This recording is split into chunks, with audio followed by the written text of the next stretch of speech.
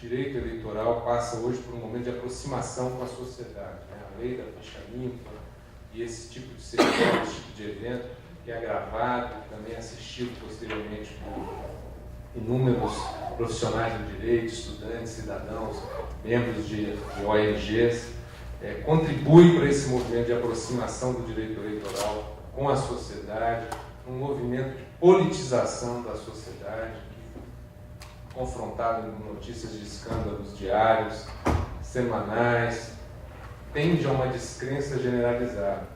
E a lei da ficha limpa veio fazer um movimento inverso, veio reacender a esperança do cidadão nas instituições, no processo político, uma esperança de que, e assim já houve julgamentos emblemáticos de que figuras políticas muito fortes, muito influentes, foram afastadas das eleições por conta da aplicação da lei da ficha limpa. Isso tudo traz uma esperança de que tudo pode melhorar, né? E a esperança é que move todas as lutas. O conceito de ficha limpa pegou, né? Todo mundo hoje quer estender esse conceito para outros âmbitos, né? Para o âmbito de ocupação de cargos de condição, para o âmbito do ingresso na magistratura, que, na verdade, para a magistratura tem que ser ainda mais restrito, mais exigente. A gente até viveu agora um episódio muito importante no TCU, que foi a luta para impedir que o senador Jean Argello virasse ministro do Tribunal de Contas da União. E, apesar dele ter 6 inquéritos por prática de crimes graves em curso no Supremo Tribunal Federal, aquilo que parece que mais sensibilizou o Senado foi o fato de já ter uma condenação em segundo grau, em segunda instância, pelo Tribunal de Justiça do DF, por numa ação popular, por um ato que configura um ato de improbidade administrativa. Então, o conceito da ficha limpa está na cabeça de todo mundo, está na cabeça do político. Quando eles souberam da condenação, tem condenação, então não pode. Inquérito podia, mas condenação não pode. Então, o conceito pegou, isso é muito importante. E isso, esse episódio do Jean Argello reforça a esperança da gente nas instituições, mas também nos lembra que as instituições são compostas por homens, né, sujeitos a interpretações diversas, sujeitos a marchas e contramarchas, sujeitos a atos de coragem, atos de tibieza, e que é preciso lutar, né? Então, esse movimento do MCCE tem que ser permanente para purificar a política brasileira, que é um ambiente, infelizmente, a meu ver, extremamente contaminado. O tema dessa mesa, né, da inelegibilidade decorrente da rejeição das contas, mostra algo assim muito interessante. Quer dizer, uma só das alíneas da lei de inelegibilidades, que é essa linha G, que trata do julgamento de contas, é a fonte do maior número de inelegibilidades. Então, talvez seja a linha mais importante, no sentido quantitativo. E natural que seja assim, porque a prestação de contas ela é anual, todos os gestores estão submetidos a isso. Então, isso reponta, né, assinala a importância que os tribunais de contas passam a ter para a sociedade brasileira, a importância que os seus julgamentos sejam muito bem feitos, muito bem conduzidos, a importância que os tribunais de contas precisam dar à transparência dos seus julgamentos, à qualidade técnica dos seus julgamentos, né? E isso, de uma certa forma, joga os holofotes da sociedade para os tribunais de contas. E, ao jogar, é importante que os tribunais de contas manifestem, conquistem a sua credibilidade perante a sociedade. Naturalmente, decorre desse olhar da sociedade. Isso é um lugar comum, conversando com qualquer cidadão, vocês vão confirmar o que eu vou dizer. Existe um questionamento sobre a composição majoritariamente política dos tribunais de contas. Talvez esse seja um próximo passo a ser dado para que as contas, para que os julgamentos de contas tenham um reconhecimento maior, não só da sociedade, mas até do próprio Poder Judiciário, que às vezes também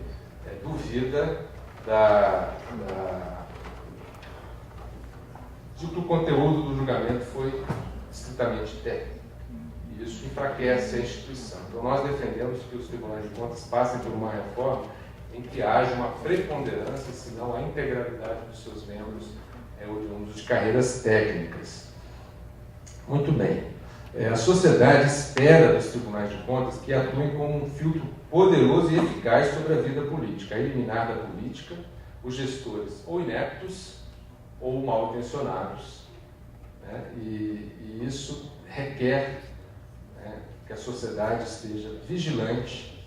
Nós vivemos hoje uma transformação da sociedade em que ela está se transformando em protagonista da construção do seu destino, está mais ativa, menos disposta a deixar na mão dos seus representantes a construção da democracia. Né? A democracia direta ela tem se transformado num importante vetor da vida política brasileira. Né?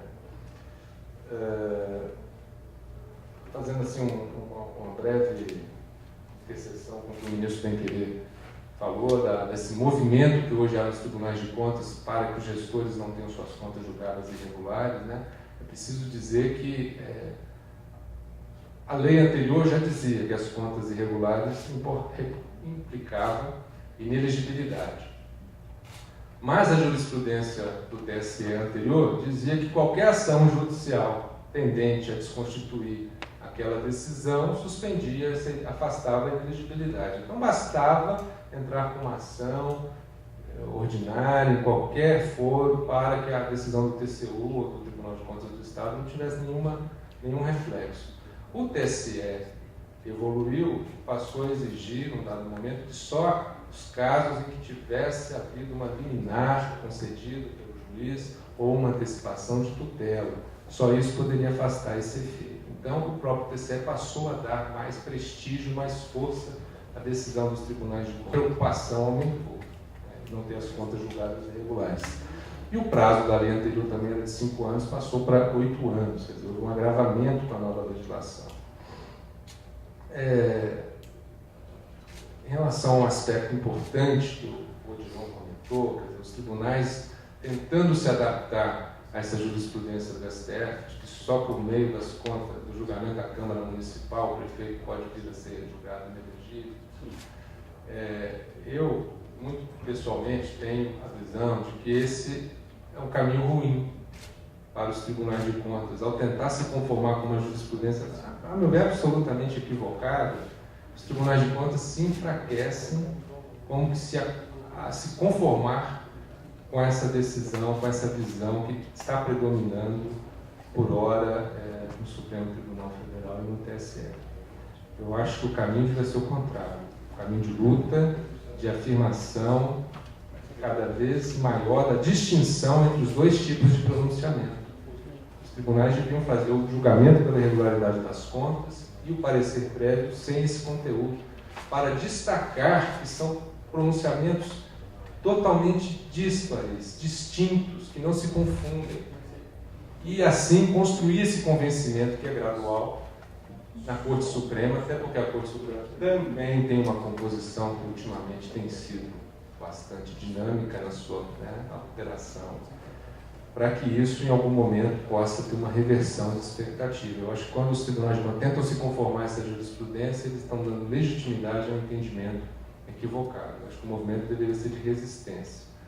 Eu queria apontar também algo que eu considero assim, um grave problema da justiça eleitoral, geralmente não é comentado, mas eu acho uma aberração jurídica, com todo respeito à Ordem dos Advogados do Brasil, que entre os juízes eleitorais tenham advogados com mandato para exercer jurisdição eleitoral.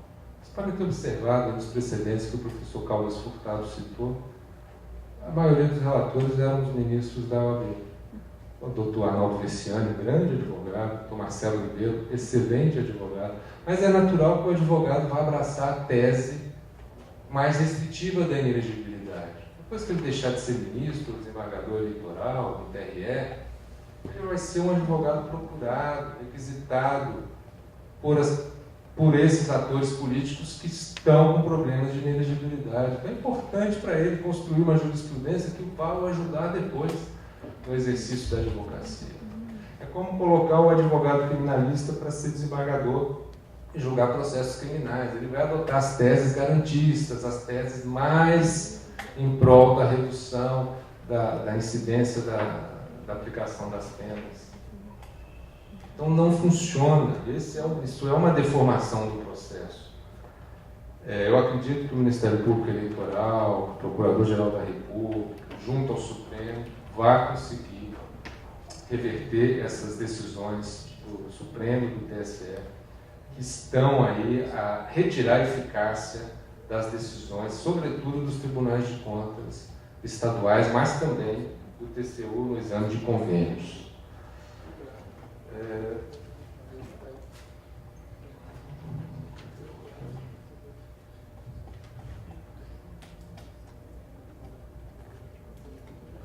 Eu queria só destacar um ponto que foi apontado também pelo ministro Marcos Pinqueira. Tem algumas jurisprudências do TSE que merecem a nossa luta engajada para reverter. Dizer que o mínimo da educação não gera, o descumprimento do mínimo da educação não é causa de inelegibilidade, quando é causa de rejeição das contas, é grave isso, é grave para a República. Se esses mínimos estão lá para a gente conseguir transformar esse país. O gestor que não se compromete com o mínimo da educação, com o mínimo da saúde, tem que se afastar da O Estado de Santa Catarina, gente, há 25 anos, não cumpre o mínimo da educação. Vários outros estados passam por isso. Isso, quer dizer, a gente dá de ombros. O que adianta toda uma luta para botar na Constituição, que é a norma maior de um país, normas que visam a transformação social, e essa transformação social ser depois bloqueada por interpretações que vêm esvaziar, porque o nosso sistema jurídico ele é construído também de mãos dadas com o sistema político. Então acaba que leis muito rigorosas acabam sendo esvaziadas nos tribunais. Merecem a nossa repulsa, merece a nossa luta, merece a gente estar denunciando isso, para que isso seja revertido, porque a sociedade não pode aceitar isso, entender que só porque veio de um órgão autorizado, como o TSE ou o Supremo, nós devemos dar a luta como encerrada. Não, a luta ela tem que ser permanente na construção de uma jurisprudência que reconheça esse papel dos tribunais de contas, esse papel eficaz de purificador da vida política. O mesmo caso da omissão no dever de prestar contas. Se por outros meios o tribunal entendeu que a obra foi executada, mas a omissão do dever de prestar contas é uma irregularidade grave. Para o TCU, o omisso no dever de prestar contas, mesmo que posteriormente comprove o bom uso do dinheiro, só o fato de ter sido omisso, ele já terá suas contas julgadas irregulares, que é uma falha grave. É o princípio básico da República, de quem gere recursos de outros, prestar contas. Então, se ele não presta contas, não serve para ser um gestor público. É isso que norteia a decisão do TCU e é isso que a gente espera que possa, em breve, ser reconhecido pelo TSE como uma causa também de exclusão da vida política desses que não cumprem esse dever que é básico. Bom, é isso que eu queria trazer aos senhores. Agradeço a atenção, agradeço a oportunidade que o MCCE nos dá. Muito obrigado.